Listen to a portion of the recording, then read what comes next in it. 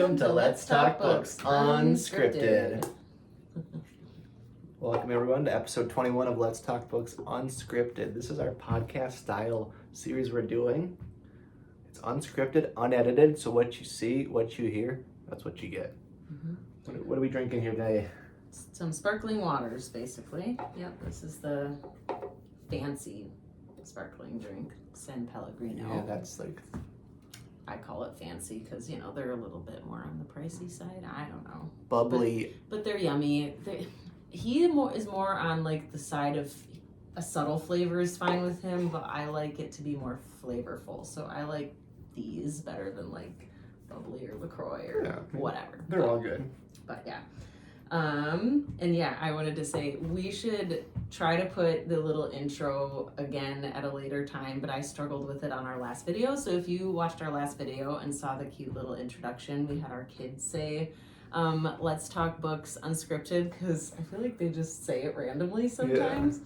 And it was the cutest. So we had them basically say it all at the same time and didn't have them on camera, but you could just hear their cute voices. But when I posted our last video, it was just being weird with the upload and stuff. So you had us doing it for this one, but maybe for future ones you'll hear that little intro again. If you caught that. It's pretty cool. But that was kind of fun to do for our last video. Yeah, so we got a pretty jam-packed episode. We're each going to talk about 3 books that we're currently reading.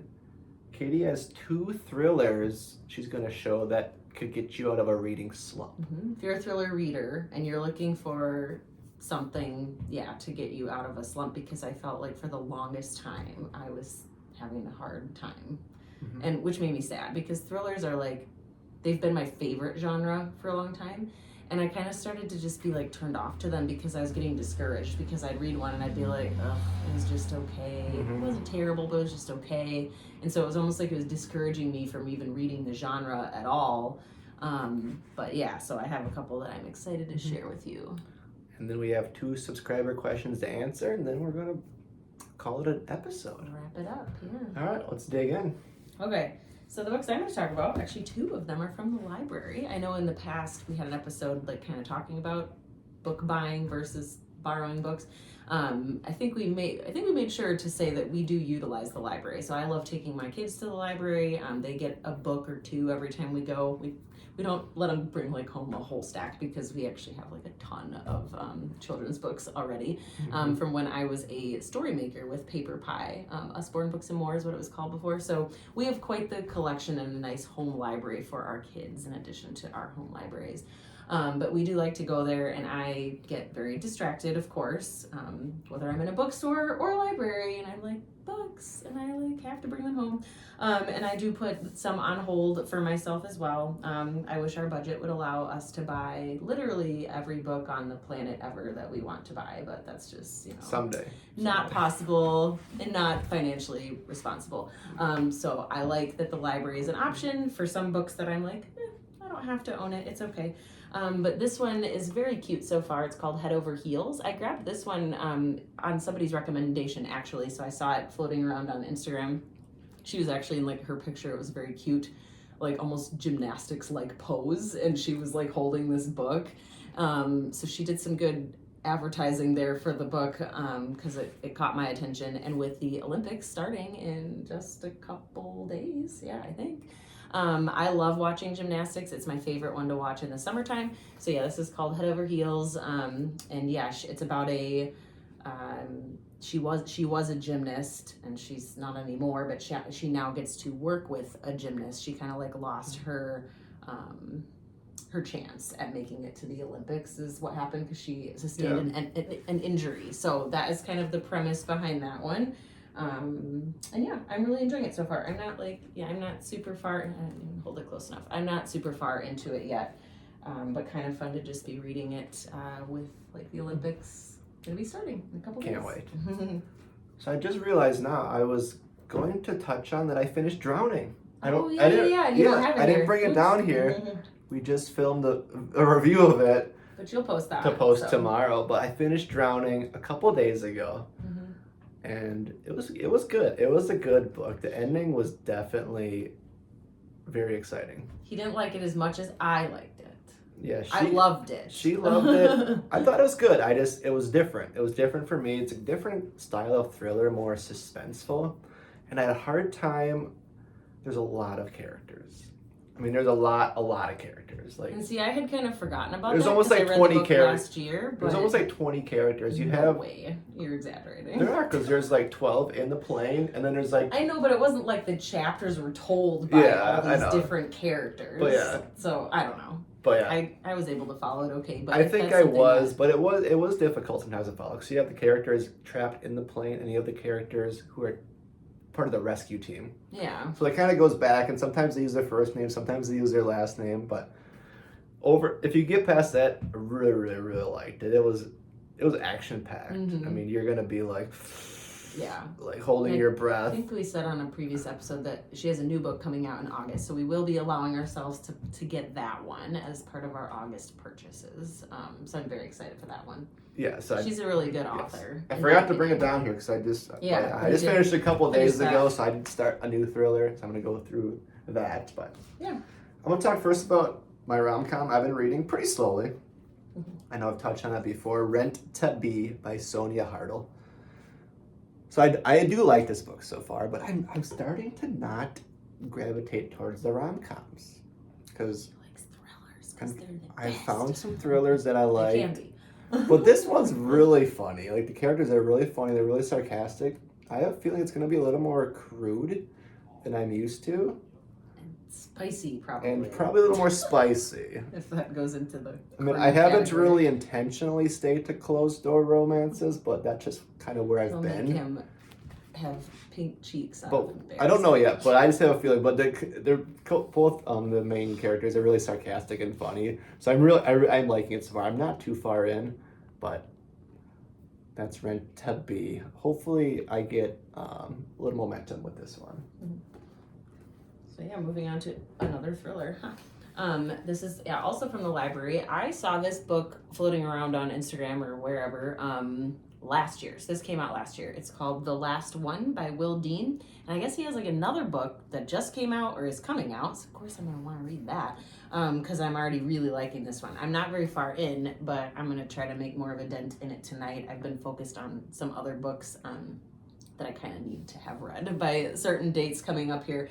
But I feel like once I get into this, I will fly through it. It is like slightly on the longer side, but the chapters are short, so that always makes me feel like I'm getting through a book faster. I don't know. But yeah, this one has a really cool premise.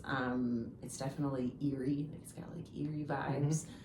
So yeah, I will be excited to get more into it, especially because I'm on a time limit with it too, with the library, which I know we shared in the past is a thing that I don't love, but I've been able to renew a lot of my books, too. You can do it however many times, and as long as nobody's waiting for the book, sometimes you get lucky, and then you can kind of keep pushing it out, get some more time. But yeah, this one, if you've read this one, let me know, because this one did come out last year, and I remember marking it as want to read, and I just didn't get to it, and so I feel like somebody must have posted about it again, and it reminded me that it had been on my radar, and so I was like, I'll request that from the library. So yeah, nice.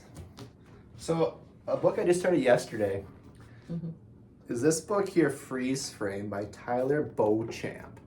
So one thing about doing book content is you get sometimes up-and-coming authors will reach out to you and want to send you a copy of their book. And Tyler has been pretty active on our Instagram page and super nice guy. He's actually a medical student and he wrote this book during COVID. So dude is pretty ambitious. But I started yesterday. I'm already 20% of the way through. This is a YA book. The main character is 16. He's in high school. He's kind of going through a transition after something that happened at his old school. So it's been really good so far. You can see my art book. You made a pretty good dent. So yeah, I'm excited to start reading some of these books that are being sent to us because it's very nice to send us these books and kind of just want us to read them and review them, and people trust us to review their books, so that's a good sign. But should we link this? We could link this. I think so. We could link this. Should be able to get it off Amazon. On our Amazon page if you want to pick up a copy. Yeah. But really, really, really cool book so far. I think he's doing a great job. And that's a good segue into my next one that I am also reading from somebody who had reached out to me a while back. This is called Iron Rose. So this by Abigail O'Brien. I've had some really nice interaction with her on Instagram. This is like a reimagining, a retelling of the loved story of Beauty and the Beast. So it's kind of like a dark retelling of that.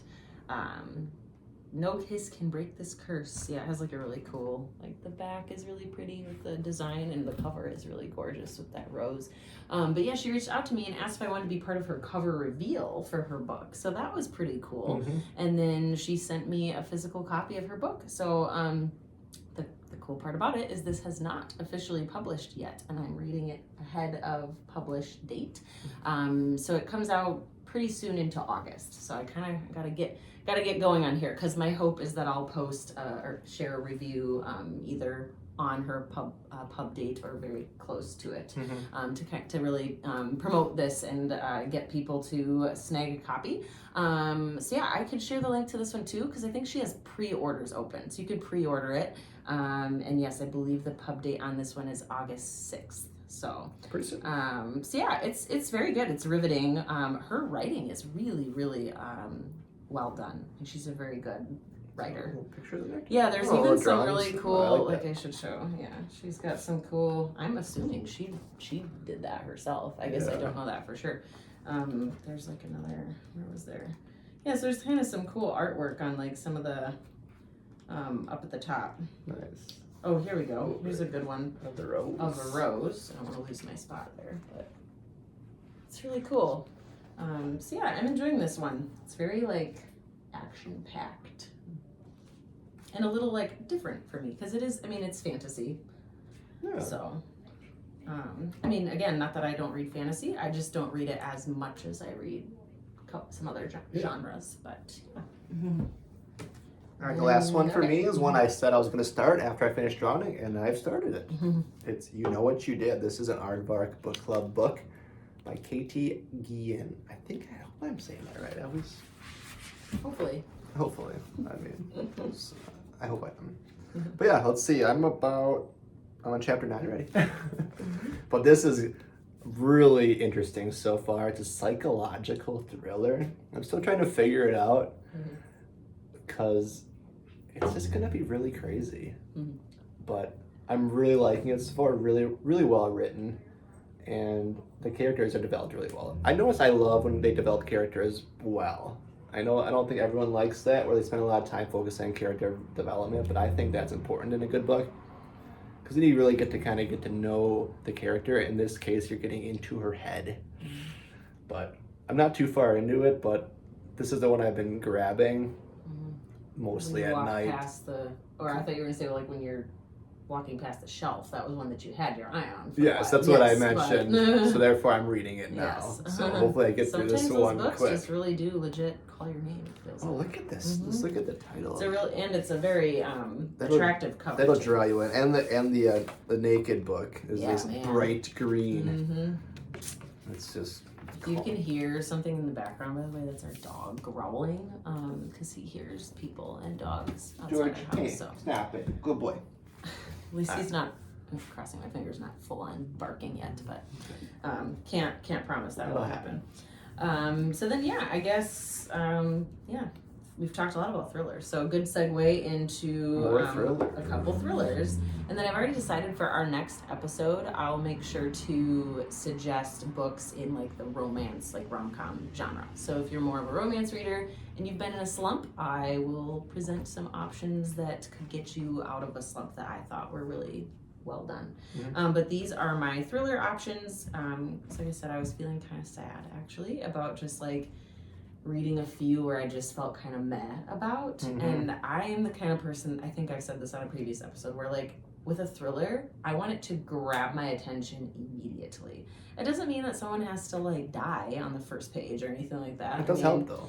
That's not, I mean, that's great. If that does happen, I mean, let's be real. If we like thrillers, it's not too gross or weird to say that, right? But yeah, to just like find out who the killer was and get into the mystery and stuff. And so that's what I typically prefer. But neither of these books had that on the first page, but I still think it's then a testament to the writing of the author. It just in the way in which they write to just grab your attention with whatever like that first sentence is, like that it's gonna make you want to keep reading. And both of these books had that for sure, and just like the gripping premise behind both of them. So Hidden Pictures was one I think that we've both talked about. I think you were raving about it before, and you haven't read this one yet, but now he needs to. It was soon. it was on my soon list because it's very good, and I think it does make a perfect book for summertime. I mean, you can read it anytime, but to me, it just like has. I think it does take place over a summer too. So I mean, I'm kind of that's how I am with mood reading. Is that like if I know a book takes place in a certain season, it's fun to read it during that season. Cory's probably gonna go have to let the dog out, actually. Be right back. See, unedited and unscripted, right? But yeah, some of these drawings are quite spooky. I won't show all of them or anything because we'd be here a long time and don't want to give anything away. But check this one out. He has a new book coming out as well in the fall. I'm really hoping I can get my hands on like an advanced copy of it. So I'm trying to do that like by contacting the publisher. I entered a giveaway even to try to win a copy of the book before it officially publishes. If I can't, then obviously I'll be buying it when it comes out. But he's a great author. Loved this book. And then The Unraveling, I just finished a couple days ago now, and this is by Vi Keeland, also an aardvark title. It's a nice, like, short book, which I loved. Short chapters, so yeah, I feel like I just cruised right through it. It's the fastest I've read a book in a long time. If I didn't have kids and didn't have other responsibilities or just decide to ignore them even more than I already did when I was reading this one, I probably could have banged this out in like 24 hours, honestly. I think it was like a couple days is what it ended up taking me. So that's still pretty quick. This one, again, it's not like an obvious thriller. It's a stalker story, which still falls into that thriller category. But yeah, like I feel like just eerie vibes for sure. If you're into that, like, I don't think you call it a trope. I don't know. I know you do that with like romance books but for sure with all like the tropes and stuff. But if you like other like stalker books or like movies, I know that the movie, The Swim Fan, I kept kind of like thinking about that movie while I was reading this book. But yeah, give this one a try. She's written a lot of books, I found out, and just hadn't heard of her until I read this one. So I'm actually really intrigued to go and like check out her backlist and read some of her other books because I think she's a really good author. So yeah, I would check this one out for sure.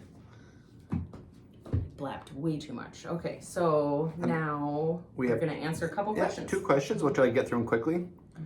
So we have a question here. We'll start with the first one. From Mary Had a Little Bookshelf. Hi, Mary. We love you. She had a question. Is there a book that made you want to travel somewhere that wasn't on your radar? So the first one that comes to mind for me, but I do feel like the place has been on my radar. So I don't know. But it's not one that I always think about immediately as being on my bucket list to travel to. So I guess it would still kind of count. It's a place that I've thought about going to, but probably not at like the top of my list. But when I read The Last Love Note recently, that one takes place in Australia and the author is from Australia. So I was kind of getting like those down under vibes and thinking that it would be pretty cool to travel there. And there's somebody who I interact with quite a bit on Instagram. And you maybe watch these videos. I'll say your name. Maybe you do watch these, Benita. But yeah, I interact with her on Instagram and she lives in Australia. That's awesome. So yeah, I think maybe I want to go there more now that I read that book. That's true. That's what I'd love to go there. Yeah. So for me, reading a lot of the small town romances, or some of the books that take place in small towns, they're not actually real places, right? You know, but like you want to live, you want to like go to those places where these books take place. So I can't really say there's real places like an actual place, because a lot of the places in these books are fictional, you know. Right. or they're like I'm sure they're based You know, off of actual yeah. places. Like the author had like a something small in mind. town, like on the East Coast, like in Maine or Vermont or New Hampshire or something like that. That's one place we do actually want to. We do want wanna to go there. visit that area of the United States. We have not really been there together, so Yeah. that's where I'd go. Okay. To a like fictional small It's like town. Stars Hollow vibes, if you like Gilmore Girls. Throwing that in there. So you have a two-part question here from Nicole Laura C. Right. You've got some good questions. Yes, you got some questions. Mm-hmm. So it's a two-part question. We kind of talked about this earlier, so we had some answers, but if you could choose an author to write a fiction novel based on your life, which author would it be? And if that book got made into a movie, who would play you in the movie? Okay, so I actually didn't have to think too hard about this one. I was like thinking if we just did this and I didn't think about it beforehand, I'd probably be like sitting here forever. But no, I actually was able to come up with it. Emily Henry for sure. She's one of my favorite authors, so I could see her writing a book about my life. She'd probably make it a lot more interesting than it really is. No, my life is wonderful. My life is fascinating. It's great.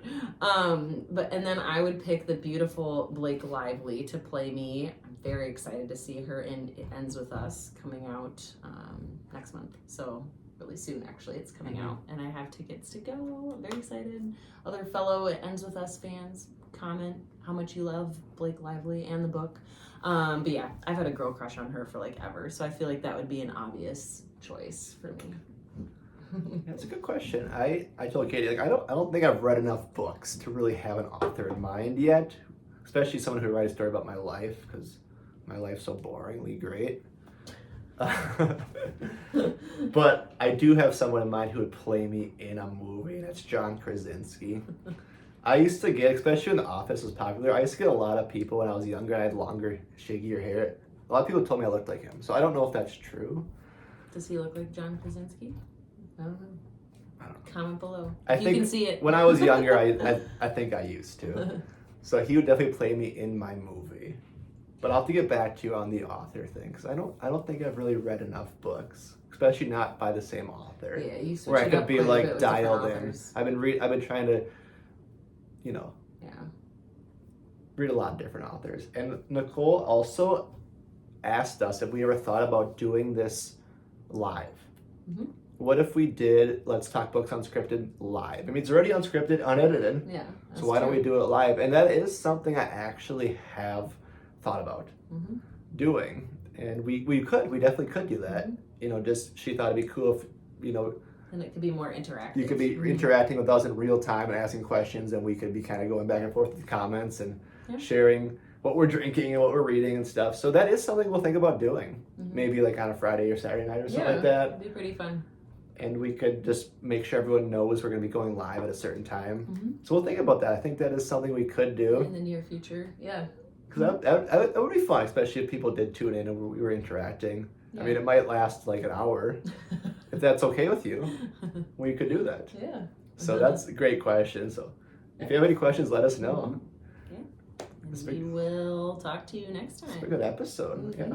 See you next time. Whenever we make another one, which will be soon.